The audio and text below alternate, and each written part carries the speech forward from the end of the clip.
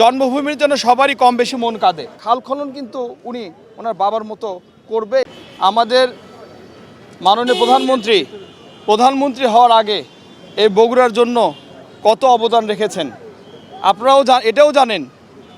তিনি কিন্তু একটি রিক্সা যোগে ঘুরে ঘুরে এই যে সড়কগুলো চওড়া, তারপরে আপনার বিভিন্ন স্থাপনা এগুলো পরিদর্শন করেছেন।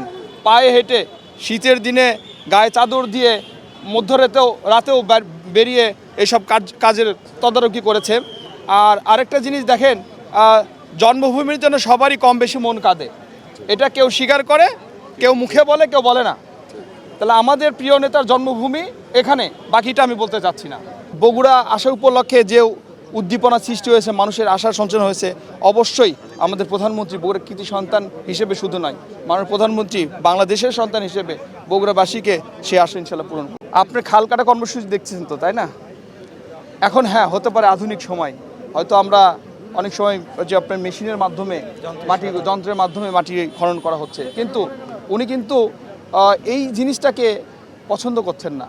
হ্যাঁ, ঠিক আছে, কিছু কিছু জায়গায় হোক, কিন্তু ম্যাক্সিমামে কিন্তু উনি বলে দিয়েছেন যে সবাই মিলে ঐক্যবদ্ধভাবে শ্রম দিয়ে, এই শ্রমটা হোক পয়সার ভিত্তিতে, হোক বিনা পরিশ্রমে, হোক উৎসাহ দিয়ে, মানে স্বেচ্ছায় পরিশ্রম করে আপনার খাল খনন কিন্তু উনি ওনার বাবার মতো করবে। এবং খাল খনন যে আপনার কৃষকদের যে উপকারিতা হয় সেটা উনি প্রতিষ্ঠা স্থাপন করবেন।